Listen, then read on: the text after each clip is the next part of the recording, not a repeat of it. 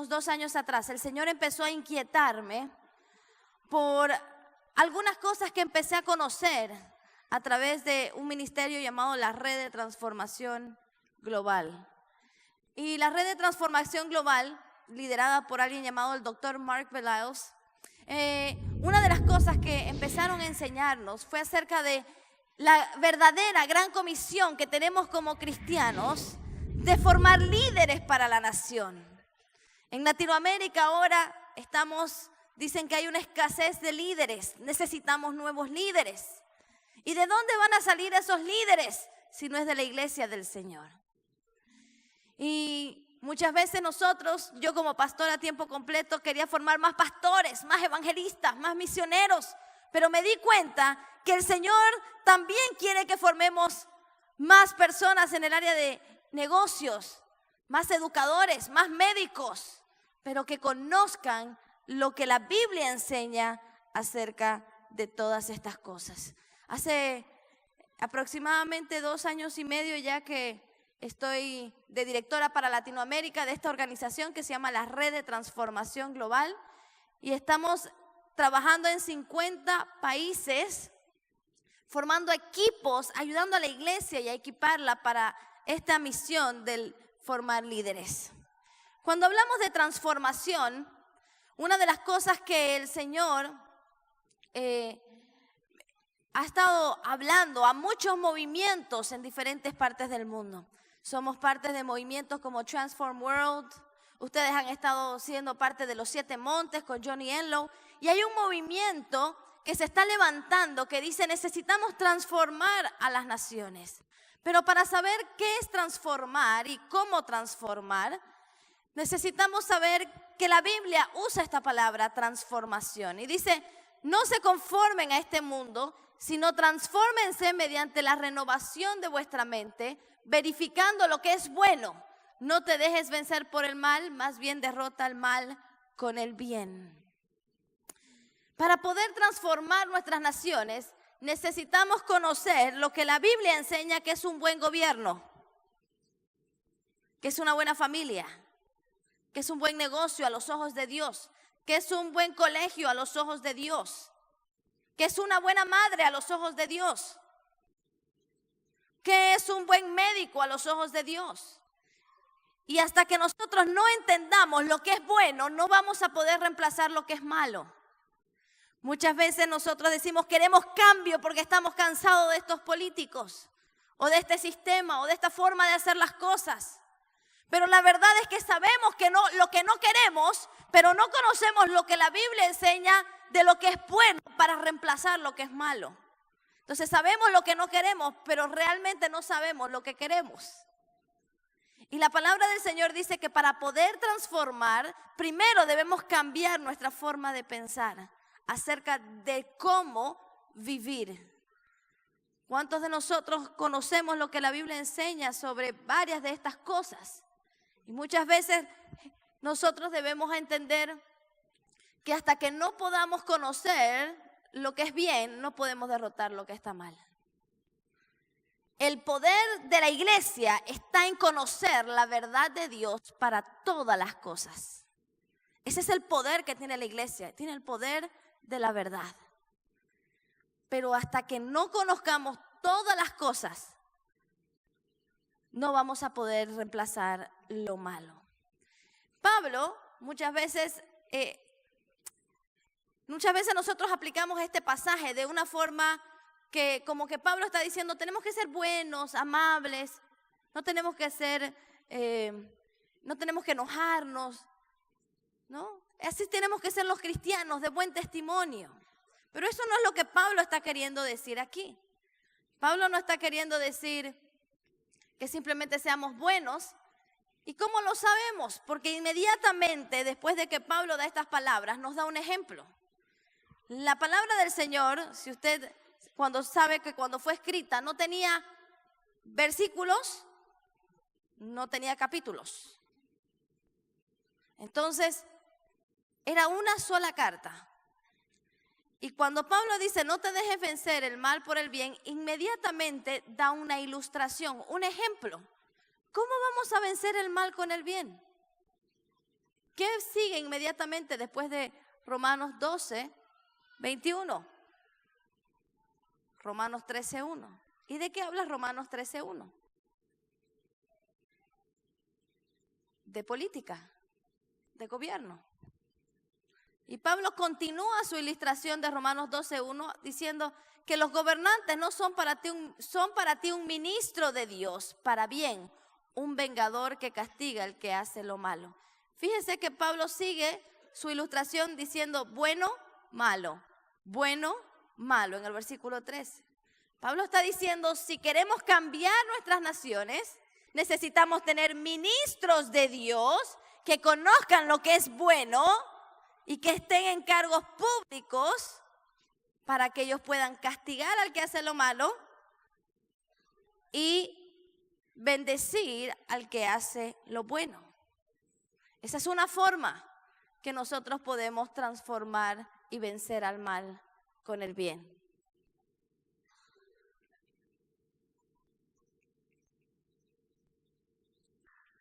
Si me ayudan allá, por favor. Gracias. ¿Una más? La gran comisión de Jesús, aquí está resumida en dos pasajes, Marcos 16 y Mateo 28. Estas son las últimas palabras que Jesús dijo antes de ascender al cielo, cuando le está dando a sus discípulos la gran comisión. Esta es nuestra gran misión como iglesia. Y para entenderla mejor necesitamos conocer ambos pasajes, tanto lo que dijo Marcos como también lo que dijo Mateo, porque ahí tenemos una idea más completa de lo que Jesús dijo, porque algunas cosas que Jesús dijo las registró Mateo y otras él no las registró, pero Marcos sí se acordó. Y aquí tenemos un buen resumen. Jesús dijo, vayan a todo el mundo, prediquen el evangelio a toda criatura, bautícenlos, hagan discípulos de todas las naciones. Enséñeles a guardar todas las cosas que yo os he enseñado. Hasta ese momento, cuando los discípulos escucharon la palabra naciones, ellos deben haber dicho, esta misión es mucho más grande de lo que creímos. Pensamos que habíamos sido llamados a discipular a la iglesia.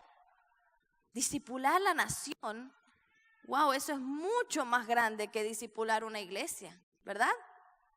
Y para discipular una nación, necesitamos pensar en todos los componentes de la nación. Y por eso Jesús dijo que la forma de discipular una nación es enseñando todas las cosas. Todo lo que la iglesia no enseñe, el mundo te lo va a enseñar. Todo lo que no enseñemos desde el púlpito, todo lo que los cristianos no estudiemos, usted por su cuenta, que dice la Biblia de lo que es una buena familia, un buen negocio, cómo criar a mis hijos. Todo lo que usted no conozca bíblicamente, lo va a conocer desde la perspectiva del mundo. Por eso muchas veces tenemos cristianos que aman al Señor, pero su mente es pagana. Usted va al trabajo y hace todo como le ha enseñado el mundo, porque necesitamos estudiar lo que la Biblia enseña de todas las cosas. ¿Qué es la ciencia desde una perspectiva bíblica? Toda ciencia estudia a Dios, porque Dios es el creador de los cielos y de la tierra y de todo lo que hay. Y debemos enfocarnos en que nuestras profesiones y nuestros trabajos tienen una perspectiva bíblica de ser realizados, una manera bíblica de hacerlo.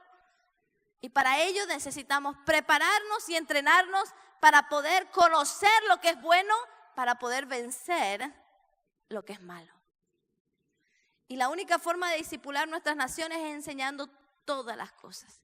¿Cuántos creen que aquí están todos los principios que necesitamos? Aleluya. Y para entender la misión de Jesús mucho mejor, tenemos dos partes a nuestra misión. La primera parte de la Gran Comisión es lo que normalmente conocemos que la iglesia hace. Y eso es bueno porque Jesús dijo que sí, esa es nuestra misión. Pero es solo la mitad. En la parte derecha acá vemos que debemos predicar el evangelio, debemos orar, bautizarlos, traerlos a la iglesia. Esa es la mitad de la misión. Pero la otra mitad de la misión es discipular la nación, enseñar todas las cosas. Esa es la forma en que vamos a reformar nuestras naciones con las leyes del Creador. El Creador creó todo y necesitamos conocer sus principios para todo. Y para ilustrarlo un poco mejor, ¿a cuántos les gusta el fútbol?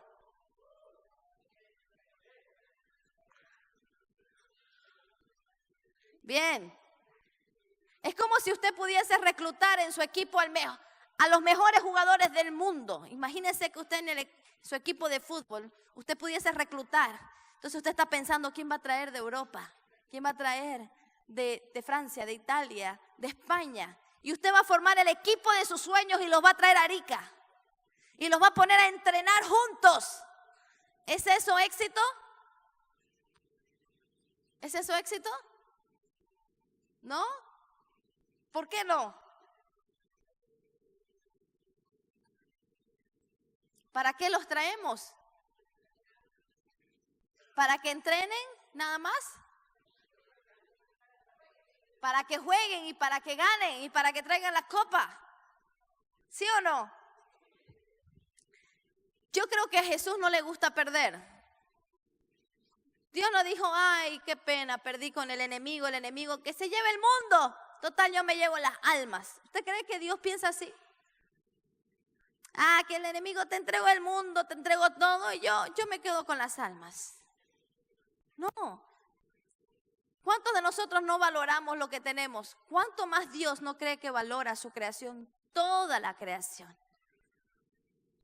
Dios quiere restaurar todas las cosas. Entonces, nosotros muchas veces traemos personas a la iglesia, las reclutamos y estamos aquí en el casillero del equipo de fútbol en este momento. Estamos aprendiendo cómo vamos a cambiar, cómo vamos a transformar nuestra ciudad. Estamos en el casillero, pero en realidad esa es solo la mitad de la misión. Traer personas a la iglesia y discipularse, ir a la célula, etcétera. Esa es la mitad de la misión. Pero ¿cuál es la otra mitad de la misión? Tenemos que discipular la nación. Tenemos que tomar nuestra ciudad para Cristo. Ese es el partido que tenemos que jugar.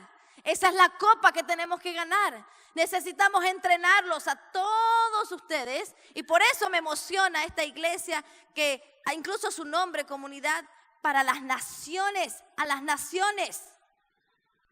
Porque la visión es que usted sea un líder que pueda llevar a Cristo y establecer el reino de Dios en su ciudad. Y necesitamos quitarle la ciudad al enemigo y necesitamos dársela y entregársela al Señor. Ese es el partido que tenemos que jugar. Esa es la copa. La copa es la ciudad. ¿Quién va a tomar la ciudad? ¿O Dios o el enemigo? Ese es el partido. Muchas veces nosotros como cristianos, he ido a muchas iglesias, conozco muchas iglesias que dicen, wow, miren nuestra iglesia, es grande, miren todas las actividades que tenemos, miren todos los eventos que hacemos. Pero, ¿es eso éxito? La pregunta es, ¿estamos discipulando y cambiando nuestra nación? ¿Estamos tomando nuestra ciudad? Y esa es la visión que el Señor ha dado a este lugar. Y por eso me emociona tanto que el Señor esté trayendo todos estos recursos para que podamos entrenarlos, para aprender cómo lo podemos hacer. Entonces necesitamos jugar el partido. Muchas veces la iglesia ni siquiera se inscribe al partido. Ni siquiera lo jugamos. Ni siquiera participamos. No, hermano, deje eso, eso es del mundo, salga de ahí. En vez de ser la sal de la tierra, estamos queriendo salir de la tierra. ¿Cuántos entienden lo que estoy diciendo? No, pastora, es que usted tiene un pie en el mundo. No, hermano, yo tengo los dos pies en el mundo.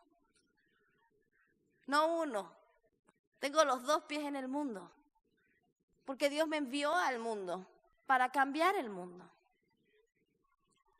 Claro que hay cristianos que van al mundo y se dejan cambiar por el mundo, en vez de nosotros ser los que estamos cambiando a ellos. Porque la iglesia que no discipula a la nación, esta nación va a discipular a la iglesia. Y todo lo que no enseña la iglesia, el mundo va a rellenar el vacío en nuestra mente, en todos nosotros. Por eso necesitamos conocer lo que el Señor quiere que hagamos. Una de las cosas que hacemos como red de transformación global es estudiar mucho cómo los cristianos en la historia han pensado sobre esta misión. Personas desde el apóstol Pablo hasta llegar a hoy, grandes héroes, Charles Spurgeon, John Wycliffe, San Patricio de Irlanda, los grandes héroes de la fe que han estado precediéndonos, cómo ellos pensaron de su misión y cuándo en la historia ha sido la iglesia que reformó una nación. Y descubrimos que han habido muchas veces que la iglesia ha cambiado la nación. Es solamente ahora, en estos tiempos modernos, que la iglesia ha perdido un poco ese enfoque. Y estudiando, hemos visto que en muchas ocasiones la iglesia tuvo gran avivamiento, crecimiento impresionante de la iglesia, avivamiento, hubo oración, hubo muchísimo discipulado, traer a la gente a la iglesia, pero cero cambio en el país. Un ejemplo es África. En este momento, el continente más evangelizado del siglo XX se llama África. Usted va a África y casi toda África es 50% cristiana, y en lugares como, por ejemplo, Kenia, Uganda y otros lugares, estamos hablando de 60, 70, Nigeria, % de cristianos. ¡Wow! Usted debe pensar si tan solo en Chile tuviéramos 70% de cristianos. Pero ¿sabe cuál es la realidad de África? La pobreza sigue igual, el SIDA sigue igual, la tiranía, la injusticia, la corrupción, la delincuencia, todo sigue igual. La tasa de divorcio es la misma en este momento que fue mucho antes que hayan tantos cristianos. Y ese es el poder del evangelio. ¿Y cuál fue el problema? Hubieron muchas cosas, pero la nación no cambió. Pero hubieron otros momentos en la historia donde vemos grandes avivamientos, gran evangelismo, crecimiento de la iglesia, pero también un cambio en el país radical. Eliminaron la corrupción los cristianos, acabó el narcotráfico, acabaron con los delincuentes, menos personas en la cárcel, menos enfermedad, impresionante transformación. Y uno piensa, ¿qué hicieron estos cristianos en el pasado que no hicieron estos? Y descubriendo, vimos que hubo una cosa más que los cristianos hicieron para cambiar la nación. Sí o sí hay que tener evangelismo, oración y crecimiento de la iglesia. Sin eso no vamos a cambiar nada. Pero hay una cosa más que necesitamos hacer. ¿Quieren saber cuál es? ¿Sí? El cristianismo cambió el mundo cuando teníamos una estrategia intencional para formar líderes para la nación. Cuando la iglesia tuvo una estrategia de entrenar líderes, no solamente más pastores, más evangelistas, más levitas, sino más líderes para exportar a la nación. Cuando la iglesia se convirtió en una fábrica de líderes, ahí fue cuando la nación cambió. Este gráfico nos lo explica un poco mejor. Aquí vemos la iglesia en el medio, porque la iglesia es como el centro de entrenamiento donde necesitamos formar a los líderes y luego enviarlos a 7 áreas o llamados 7 montes de influencia. En este momento, las personas que están liderando estas 7 áreas están moldeando los futuros 50 años de este país. ¿Tenemos suficientes cristianos en este momento en estas áreas? ¿Tenemos? Y si la respuesta es muy pocos, entonces tenemos mucho trabajo que hacer. Porque las decisiones y los cambios los toman los líderes que están en este momento en estos lugares importantes. No importa cuánto quizás tratemos de orar, podemos influenciar a esos líderes quizás para que no pasen una ley mala, pero para ver un cambio significativo vamos a tener que reemplazar a esos malos líderes con buenos líderes. Amén. Amén. Un gráfico muy interesante. Quizás usted no se ha dado cuenta, pero usted está en uno de los momentos más emocionantes para estar vivo. Las noticias no nos cuentan esto, pero el mundo en realidad se está poniendo mejor y mejor. Si usted ve las noticias seculares, solamente va a pensar todo está pésimo, todo está peor. Pero mire este gráfico.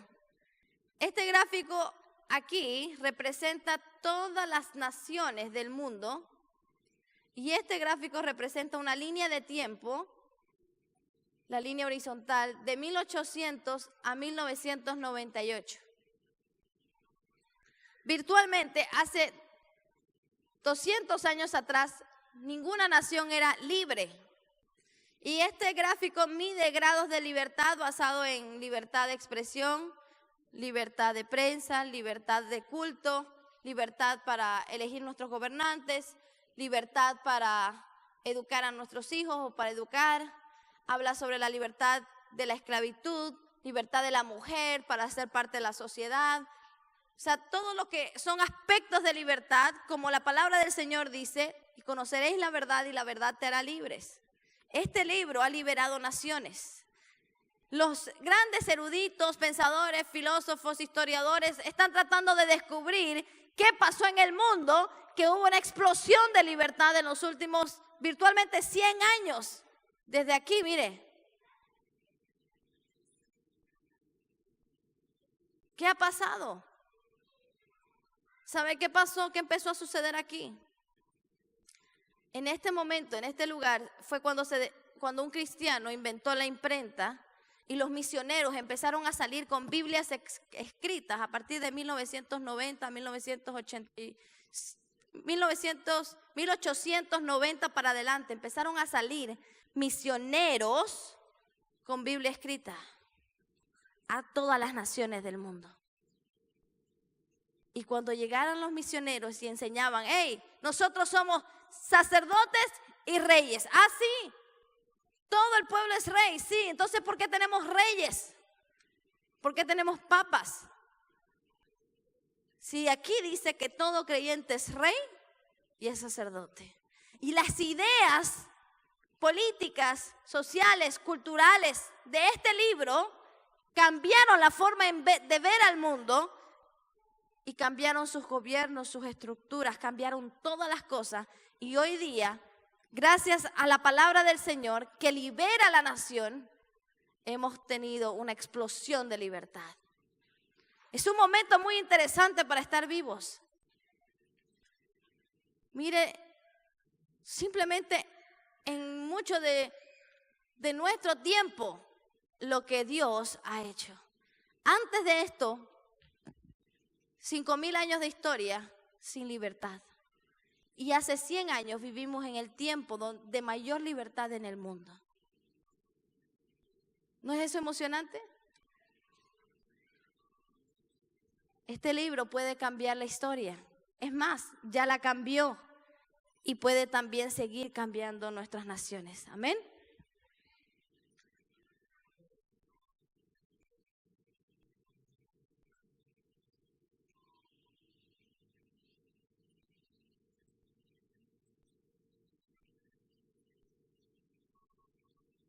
¿Me ayudan allá? Una más. Para entender mejor la gran comisión, Marcos 16. Jesús dijo, vayan y discipulen a las naciones y ciertas señales seguirán a los que creen. Y estas señales muchas veces las aplicamos de forma individual. Sí, yo puedo creer que alguien tiene un demonio y podemos echarle fuera el demonio. Sí. Quizás puedo creer que estoy en mi habitación y Dios me puede dar el don de lenguas. Sí. Pero en realidad, si entendemos el contexto de lo que Jesús está hablando, muchas veces lo leemos estas señales totalmente desconectados con la gran comisión.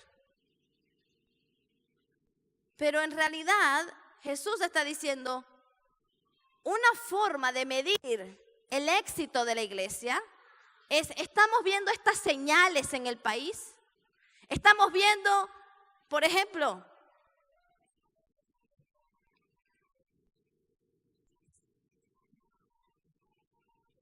estamos viendo que los demonios están saliendo de Arica. Estamos realmente expulsando los demonios de nuestra nación. Esa es una señal que Jesús dijo. Si la iglesia está discipulando la nación, entonces vamos a ver a todos estos poderes demoníacos salir del país. ¿Cómo lo vamos a hacer? Estuvimos aprendiendo el día de ayer sobre todos estos temas. Es más, tenemos una serie de libros con cada una de estas señales. Este es expulsando los demonios de las naciones. Tenemos, hablarán nuevas lenguas. Tomarán serpientes, que habla sobre gobierno y política, hablando una nueva lengua, que habla sobre educación, imponiendo manos para los médicos y personas en el área médica y personas en el área de reconciliación de conflictos. Tenemos los libros en el lado de allá. Pero ¿cómo lo vamos a echar fuera? Necesitamos oración y alabanza unida, evangelismo misional, discipulado pastoral. Son algunas de las formas que lo vamos a hacer. Miren lo que la palabra enseña sobre echar fuera los demonios de las naciones. Volvieron los 70 con gozo diciendo, Señor, aún los demonios se nos sujetan en tu nombre. Y Jesús les dijo, cuando ustedes estaban predicando la palabra afuera de la congregación, no adentro, penetrando la cultura, cuando Jesús envía a los discípulos a todas las ciudades, Él les dice, veía a Satanás caer del cielo como un rayo. Cuando la iglesia empieza a salir afuera de la iglesia y empieza a ir al mercado, empieza a servir a la comunidad, empieza a involucrarse y permear toda la cultura, entonces empezamos a ver cómo los demonios empiezan a salir de nuestra ciudad. Amén. Esa es una forma que vamos a ver la gran comisión cumplida. Segunda, en mi nombre no solamente echarán fuera demonios, sino hablarán nuevas lenguas. ¿Estamos viendo la conversación cambiar en nuestro país? ¿Están las personas en el país pensando diferente? ¿Hablando diferente? ¿Estamos cambiando la forma en que las escuelas enseñan? ¿Estamos cambiando la educación con una perspectiva bíblica? ¿Estamos hablando esta lengua, hermanos, a la nación? ¿Estamos permeando la sociedad y la forma en que la nación piensa? Los discípulos tenían un contexto para interpretar esta palabra. ¿Cuándo fue que Dios hizo a las naciones hablar nuevas lenguas? ¿Conoce una historia? ¿Conoce?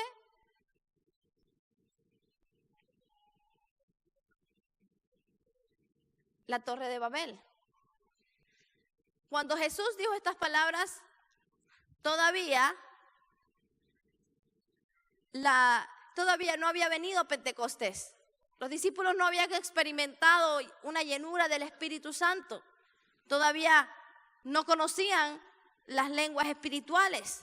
Entonces, cuando Jesús le dice, cambien el país, cambien las naciones, y una señal es que las naciones hablarán nuevas lenguas. Los discípulos inmediatamente seguramente pensaron en Babel. ¿Qué estaba pasando en Babel? Había un hombre llamado Nimrod. Y Nimrod, dice la Biblia, fue el primer poderoso, el primer tirano, el primer rey sobre la tierra, el primer líder político poderoso sobre la tierra. Y Nimrod tenía, dice en Génesis capítulo 10, dice, tenía sus reinos sobre Accad, sobre Calné, sobre Babel. Y luego en el capítulo 11 nos da como un zoom, un pantallazo, de cómo Nimrod había obtenido su poder. Entonces, Génesis 11 empieza a decir, esta lengua estaba Nimrod sembrando en la nación. Déjanos construir una ciudad y una torre. Hagamos un nombre para nosotros mismos. Pero el Señor dijo, he aquí el pueblo es uno y todos estos tienen un solo lenguaje y han comenzado la obra y nada les hará desistir ahora de lo que han pensado hacer. Ahora pues descendamos y confundamos allí su lengua, y dejaron de edificar la ciudad. Nimrod está diciéndole a la gente, tengamos la mejor ciudad del mundo, hagamos los edificios más altos del mundo, las mejores carreteras, tengamos los mejores hospitales, los mejores servicios. Simplemente denme su poder, denme su dinero, traigan sus recursos, vengan a trabajar y vamos a construirnos un nombre sobre la tierra. ¿No tenemos Nimrods hoy día en nuestras naciones latinoamericanas? Denme su voto y yo les voy a construir la mejor ciudad.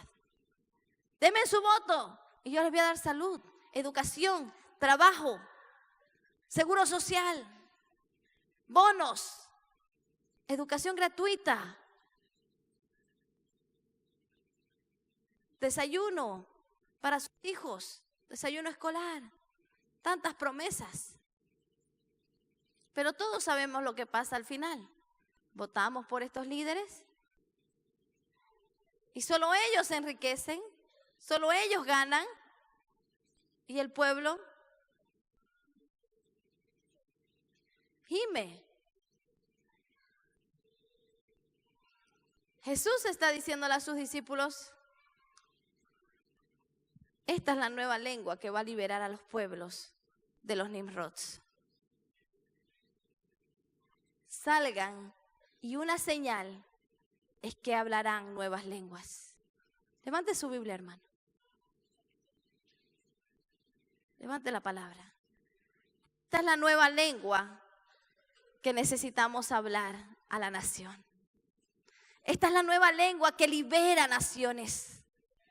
Cuando instruimos las ideas que están en este libro y las instruimos a los ciudadanos de nuestros países, ya no van a escuchar a los Nimrods, ya no van a caer en el engaño, ya no van a ser ignorantes.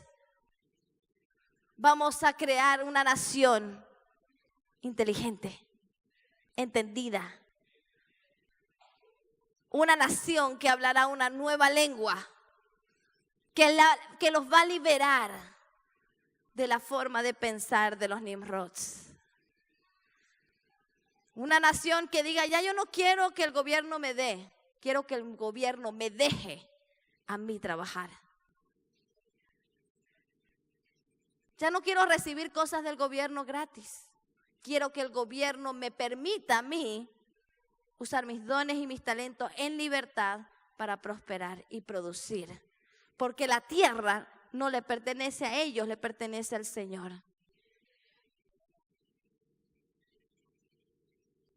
El gobierno que es lo suficientemente grande para darte todo lo que quieres, es lo suficientemente poderoso para quitarte todo lo que tienes.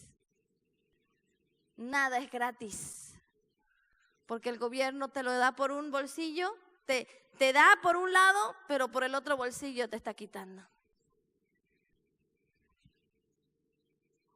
¿Cuántos entienden lo que estoy diciendo? Hay muchos principios de gobierno en la palabra. Y necesitamos conocerlos para liberar nuestras naciones y enseñarlos a los ciudadanos. Entonces Jesús dijo, vayan y discipulen su nación y su nación hablará una nueva lengua. Pensará diferente, hablará diferente. Cambiaremos la conversación de Chile. Aleluya. ¿Estamos viendo eso en nuestras naciones? Esa es una señal que la iglesia está cumpliendo la gran comisión. 3, Jesús dijo, vayan y discipulen las naciones y tomarán serpientes. ¿Quiere decir que hay que traer serpientes a la iglesia? No, claro que no. Sino que Jesús está diciendo, van a hacer algo muy parecido a lo que yo mandé a un hombre a hacer hace muchos años atrás. ¿A quién Dios mandó a tomar una serpiente? A Moisés. Dios le dijo a Moisés, te mando a que confrontes al líder político, militar más poderoso de tu tiempo. El faraón. Moisés dijo, yo crecí en la casa del faraón. Nadie le dice al faraón qué hacer. Y vive para contarlo. Moisés tenía muchas dudas de su misión y dijo, ¿estás seguro? Yo no estoy seguro, le dijo Moisés, yo no quiero hacer esto. Entonces Dios, para afirmar y darle fe y fuerza, le dice, ¿qué tienes en tu mano? Y él respondió, una vara. Él le dijo, échala en tierra. Y él echó en la tierra y se hizo una culebra. Y Moisés dice que huía de ella. Entonces Jehová dijo a Moisés, extiende tu mano y tómala por la cola. Y él extendió su mano y la tomó y se volvió una vara en sus manos. Nosotros muchas veces somos como Moisés. Moisés tenía que tomar una decisión muy difícil. Obedecía a su mente natural que le decía, serpiente, aléjate. Peligroso, veneno. Obedecía a Dios que le dijo, no, no te alejes, tómala por la cola. Dios le estaba diciendo a Moisés algo muy importante. Si yo puedo protegerte de esa serpiente, yo puedo protegerte de la otra serpiente que está en el gobierno. Muchas veces decimos, no, es que Jesús no enseñó nada de política. Jesús está diciendo a sus discípulos, si queremos ver cambiadas las naciones de la tierra, vamos a tener que tomar las serpientes de la tierra. ¿Y dónde están nuestras serpientes usualmente? Todos sabemos dónde están las serpientes. Están en la política, en el gobierno. Y si nadie las toma, esas serpientes hacen lo que quieren. ¿Y quién va a ir a tomar esas serpientes? Jesús ha mandado a la iglesia a tomar las serpientes de sus naciones. Ese es nuestro trabajo. Discipulen su nación y ustedes tomarán las serpientes de sus naciones. ¿Cómo lo vamos a hacer? Aprendimos 3 formas el día de ayer para hacerlo. Vamos a limitar el poder del gobierno basado en las enseñanzas de Jesús y basado en lo que aprendimos del Antiguo Testamento. Necesitamos que el gobierno sea limitado y se dedique a hacer lo que tiene que hacer. Que nos deje vivir, que nos deje trabajar y que nos dé libertad. 2, necesitamos tener ministros de Dios en el gobierno. Muchas veces vamos y oramos y damos 3 vueltas al palacio de gobierno. Y decimos, fuera los demonios, y luego nos vamos. Pero la realidad es que cuando nos vamos al día siguiente, entra todas las personas que trabajan ahí con sus demonios. Y es más, vuelven 7 peores. Porque la palabra del Señor dice que si vamos a cambiar y vamos a echar fuera un demonio, ¿qué tenemos que hacer? Llenar la casa vacía. Hasta que no tengamos ministros de Dios en el gobierno, no vamos a cambiar nada. A veces como que hurgamos nomás las tinieblas, digo yo, para que vengan 7 peores. Pero si no tenemos un plan para reemplazar lo malo, lo único que estamos haciendo es provocar algo por el cual todavía no estamos preparados para asumir. Necesitamos ministros de Dios en el gobierno. Y 3, resistencia justa. La Biblia enseña que la sumisión al gobierno es condicional. Si el gobierno no está haciendo lo que debe hacer, la Biblia dice que debemos protestar y remover. Jesús enseñó sobre protestar al gobierno. Jesús enseñó sobre 3 medidas de protesta para cuando tenemos gobiernos opresores. Si quiere conocer y estudiar más, tenemos los libros Tomando la serpiente de las naciones, que nos ayuda un poquito a entender un poco más cómo vamos a tener buenos gobiernos. Jesús dijo, vayan, discipulen sus naciones y beberán el veneno de la nación. ¿Qué estaba queriendo decir Jesús con beber el veneno de la nación? Todos nosotros tenemos que beber un veneno todos los días. ¿Y sabe cuál es ese? El dinero. Todos tenemos que beber todos los días del dinero y la Biblia dice que el dinero es peligroso. El dinero puede corromper nuestro corazón. Pero Jesús está prometiendo algo. Ustedes van a poder tomar las instituciones financieras de sus naciones, pero no los van a corromper. ¿Cuántos dicen amén? Los discípulos tenían un contexto para interpretar esto. Todos los discípulos conocían algo llamado la canción o el cántico de Moisés en Deuteronomio 32. Y ahí Moisés está advirtiendo al pueblo de Israel, van a entrar a la tierra prometida y van a prosperar mucho. ¿Cuántos no creen que a veces si Dios los prospera, se van a alejar de Dios? Que si Dios les da mucho, se van a corromper. Moisés estaba advirtiendo a Israel, cuidado, porque en la tierra prometida ustedes van a ser muy bendecidos, cuidado que se corrompan con los viñedos. Y los viñedos era la forma más próspera, el negocio más próspero de su tiempo. Eran las viñas, el crear vino. Primero porque no tenían agua potable, prácticamente la gente lo que más bebía era vino. No había agua potable. Bebían, era como el agua de su tiempo, era el vino. Entonces, Jesús está hablando a sus discípulos que nosotros vamos a beber de algo venenoso. Mire lo que dice el cántico de Moisés. Porque la vid de Sodoma es la vid de ellos y los campos de Gomorra las uvas de ellos. Son uvas ponzoñosas, racimos muy amargos tienen, veneno de serpiente es su vino. Los discípulos inmediatamente cuando Jesús les dijo, ¿tomarán cosas mortíferas sin daño alguno? Inmediatamente entendieron lo que Jesús les estaba diciendo. Ustedes van a prosperar, van a ser bendecidos. Tienen que saber usar las riquezas para el bien. ¿Sabían ustedes que Jesús predicó más del dinero que de la salvación y del amor? ¿Sabía usted eso? Todas las parábolas de Lucas, el 70% lidian con el tema de la economía, la finanza, la riqueza, la productividad. ¿Acaso Jesús no dijo, vayan y negociad hasta que yo vuelva? Y cuando vuelva quiero ver cuántas minas han prosperado. Jesús quiere que todo lo que ponga en tus manos prospere. Él quiere que tú aprendas a vivir en el campo de los negocios. Ojo, la empresa y los negocios son el instrumento de Dios donde podemos desarrollar nuestros dones y nuestros talentos. Ese es el mercado. Fue una idea de Dios. La economía, el mercado, los negocios.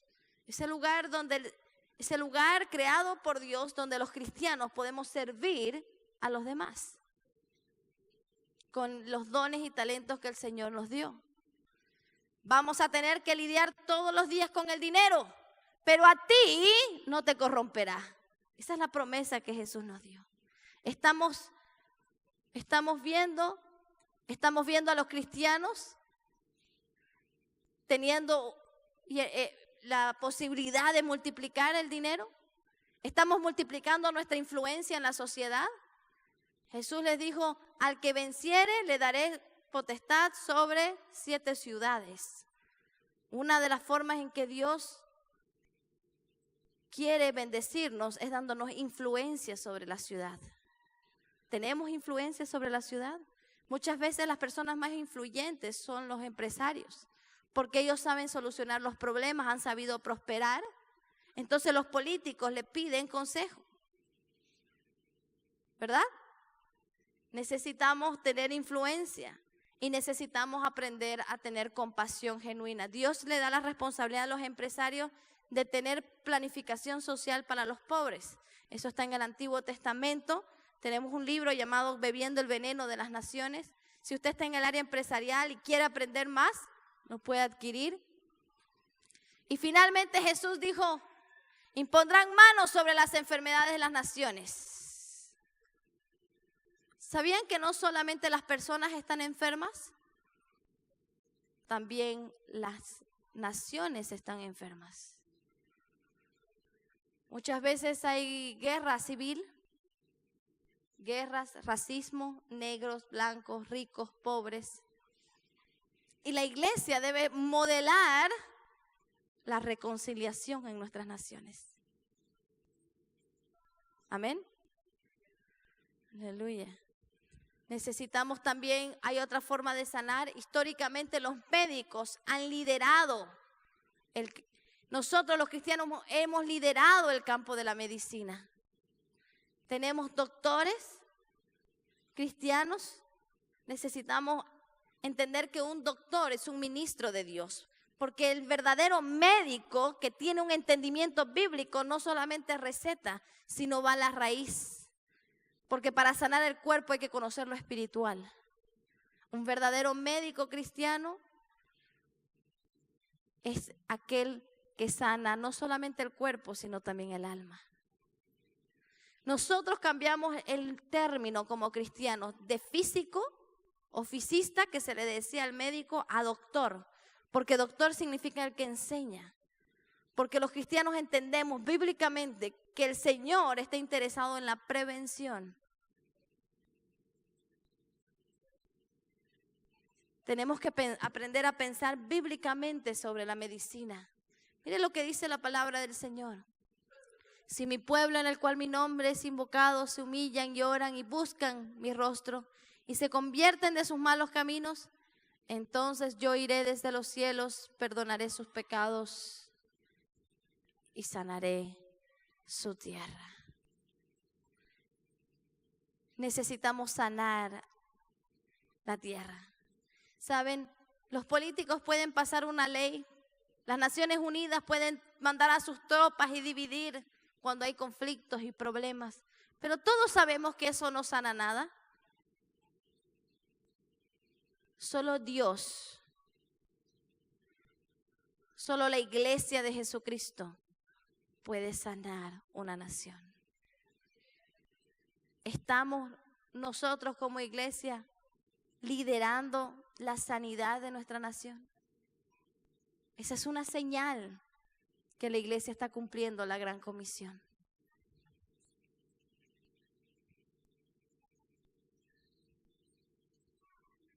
Jesús dijo una enseñanza poderosa. Jesús dijo, dad al César lo que es del César y a Dios lo que es de Dios. Le hacen una pregunta a Jesús. ¿De quién? Le dicen, ¿es lícito pagar impuestos al César? Y Jesús pide una moneda y le dice, ¿de quién es la imagen que está en la moneda? Y todo el mundo dijo, la imagen es del César. Y Jesús dijo, ok, dad al César lo que es del César, pero dad a Dios lo que es de Dios. ¿Qué le vamos a dar a Dios?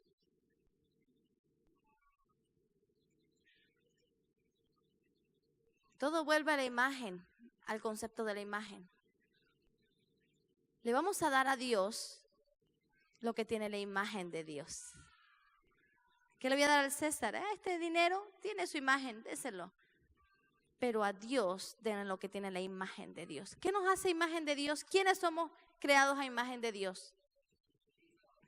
Nosotros y nuestros hijos. ¿Saben qué hacemos nosotros los cristianos? Por eso no tenemos líderes. Porque le damos al César lo que es de Dios, nuestros hijos. Nuestros hijos no le pertenecen al Estado, no le pertenecen al gobierno. Nuestros hijos le pertenecen a Dios. Nosotros como cristianos no formamos líderes porque entregamos a nuestros hijos al Estado o al colegio público o al colegio privado, y el colegio privado los enseña bajo un currículum que les da el gobierno.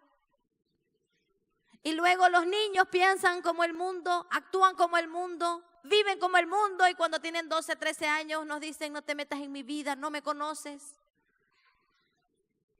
Nosotros los cristianos, que deberíamos estar teniendo nuestros hijos y formándonos para ser los futuros gobernantes, empresarios, médicos de nuestra sociedad, entregamos al Estado lo que es de Dios.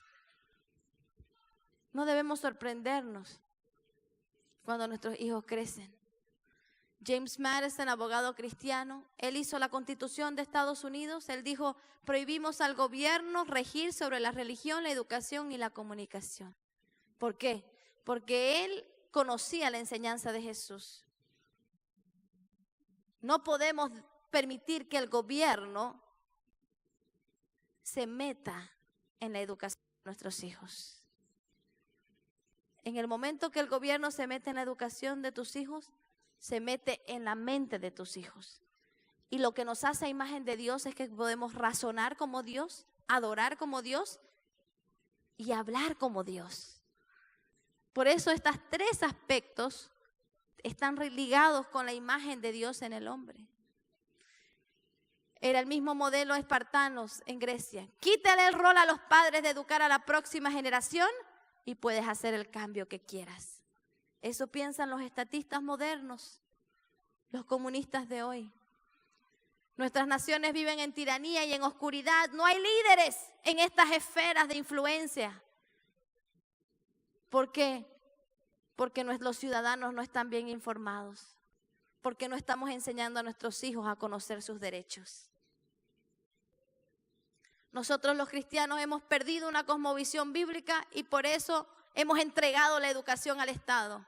Y ahora dejamos de actuar de acuerdo a los principios de Dios. Y nuestras naciones están en el error. Nuestra ignorancia, la verdad, ha cambiado la dirección de esta cultura, del camino de la libertad, la justicia y la prosperidad, fruto del evangelio, a la tiranía, la opresión y la escasez, fruto de la educación del humanismo secular. Muchas naciones están caminando en la filosofía de este tiempo sin reconocer el resultado de fundamentar sus naciones en el error. Mire lo que dice la palabra: arraiguen profundamente en él y edifiquen toda la vida sobre él. Digan: toda la vida. Necesitamos recuperar la mente de nuestros hijos, enseñándoles todas las cosas desde una perspectiva bíblica. Entonces la fe de ustedes se fortalecerá en la verdad que se les enseñó y rebosarán de gratitud. Termino con un ejemplo de Jesucristo. Voy a leer esto primero. Grandes educadores cristianos dijeron esto: sin duda es en la esfera doméstica que las mujeres son inevitablemente una profesora y deben ser estimadas con alto honor. Son las ayudadoras de los legisladores. Ellas tienen una agencia en la prevención del crimen. Les debemos a ellas una deuda de mayor excelencia que cualquiera pueda tener. Se debe reconocerles su entrega y desprendimiento y la ignominia sufrida. Estimularlas con las virtudes que promueven la permanencia y la salud de las naciones. Que rindan cuentas por el carácter de las próximas generaciones. Denles cargo solemne en la presencia de hombres y de los ángeles. Provéanles con toda la armadura de la educación y la piedad, y veamos si no son fieles a sus hijos, a su país y a su Dios. Aleluya. Si queremos líderes, empecemos en la casa. Hemos liderado las artes. Miren todos estos cristianos, líderes en artes, música. Johann Sebastian Bach. Todos estos fueron cristianos que tenían un entendimiento bíblico de todas sus profesiones. Dios nos dará un ejemplo de cómo entrenar a nuestros hijos. Dios envió a su Hijo para morir por la humanidad. Dios envió a su Hijo para servir.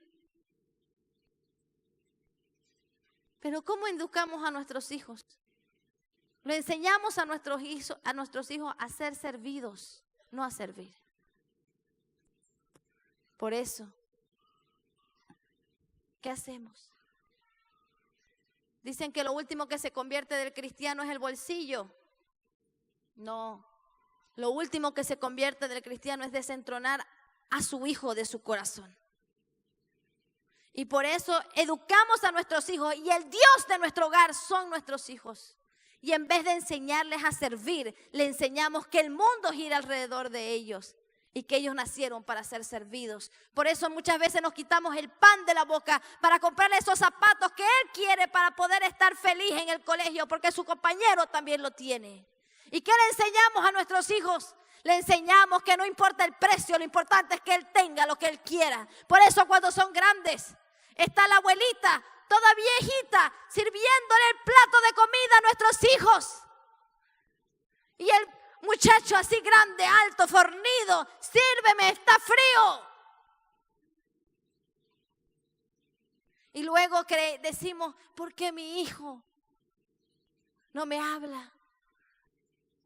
Muchas veces vemos que viejitos que van al asilo o están en una casa y le pagan una enfermera, pero nunca conversan con ellos. Cuando empiezan a ser jóvenes te dicen, no te metas en mi vida, no me conoces, tú no me entiendes, porque como nosotros no los educamos a nuestros hijos, sino que lo educó el colegio y lo educó el Estado, entonces su mente no nos pertenece y su corazón tampoco. Y cuando cumplen 18 años, las estadísticas dicen que el 80% de los hijos de los cristianos se vuelven al mundo. ¿Por qué? Porque los criamos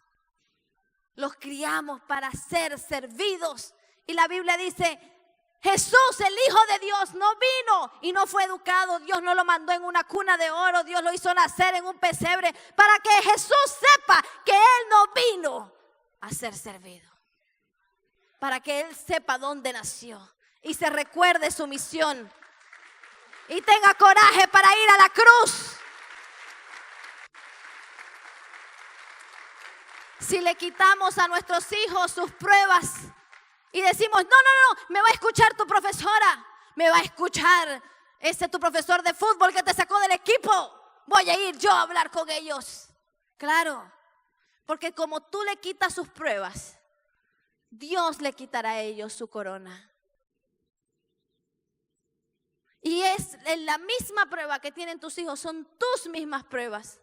Porque así como tu hijo dice que me sacaron del equipo, venimos a la iglesia y decimos, claro, es que no me tomaron en cuenta en el ministerio, es que lo subieron a él. Es la misma prueba. ¿Y por qué tropezamos con la misma piedra?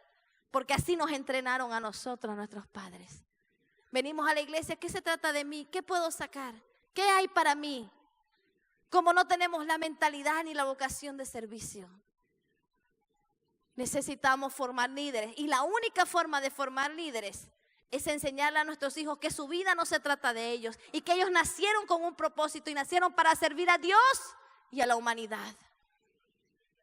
Ellos nacieron, si es posible, para dar su vida por este país y por su Dios. Tenemos jóvenes, ¿qué es lo único que les interesa? ¿Qué hay para mí? ¿Qué puedo ganar yo? Que yo quiero ese celular, no importa si no hay plata, yo tengo que tener ese celular. Yo tengo que tener todo lo que yo quiera. Y nuestras naciones dicen, ay, que no hay líderes, qué barbaridad el gobierno, que no hace nada en la educación. Tenemos que formar líderes y tienen que salir de tus hijos. Tu hijo tiene que ser el ejemplo. La Biblia dice, el que no tiene a sus hijos en sujeción, no puede gobernar la iglesia. Y el que no puede gobernar a sus hijos y a su familia, ni a la iglesia, no puede gobernar una ciudad, no puede gobernar una nación, no va a poder gobernar una empresa, no va a poder gobernar nada. Porque el gobierno empieza conmigo. Jesús ¿Qué es tu salvación? Es un hijo obediente, esa es tu salvación. Un hijo que fue a la cruz y que aunque le pidió a su padre, pasa de mí esta copa, el padre le dijo, acuérdate, tú naciste para servir y dar tu vida en rescate de muchos. Jesús fue entrenado para morir.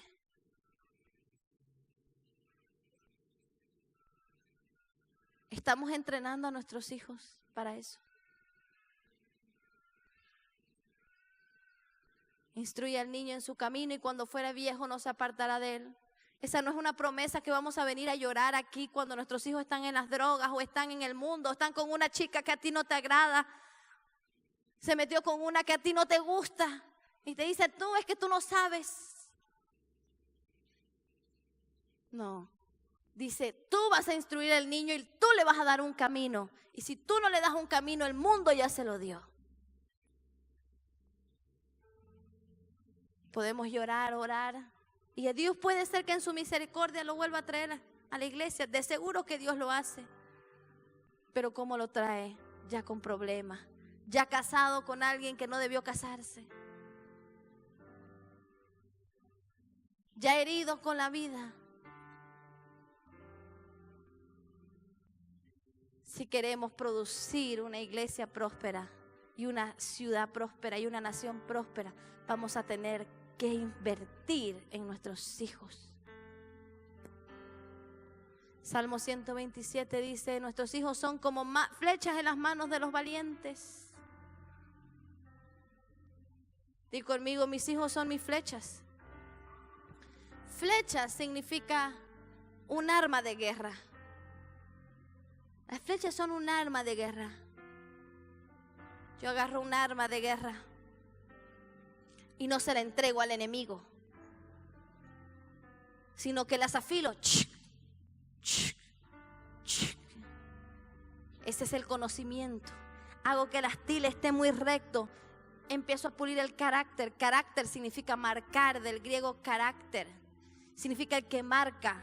La única forma de enrectar el carácter de tu hijo es marcando su corazón. Y marcar duele. Marcar duele. Es tallar. Entonces yo empiezo a tallar el astil. Y luego la punta. Hasta que sea filuda. Y el filo representa cuán entrenado está tu hijo para vencer al mal. Y luego tú agarras tus flechas y empiezas a apuntar. Y los lanzas hacia el futuro, sabiendo que ellos darán al blanco, al camino que tú trazaste para ellos. Que haga lo que quiera, que vea que va a estudiar, que vea qué va a hacer. Y luego cuando hace lo que no nos gusta, decimos, no, pero eso no.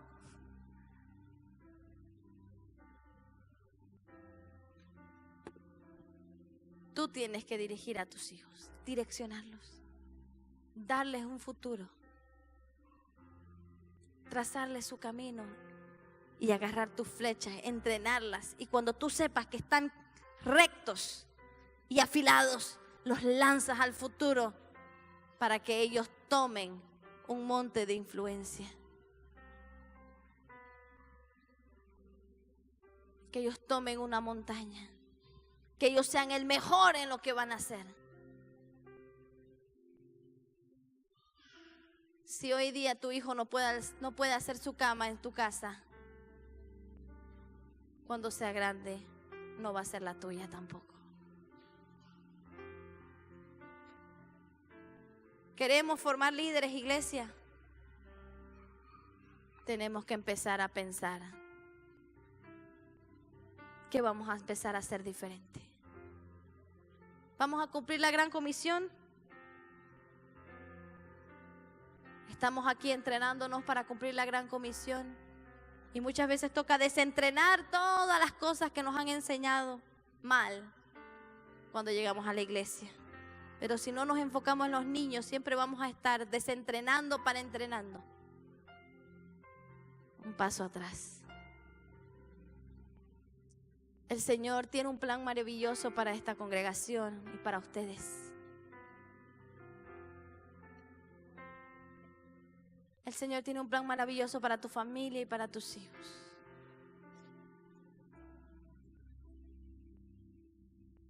Y el Señor te va a preparar y te va a equipar. Quiero hacer una bendición por todos ustedes.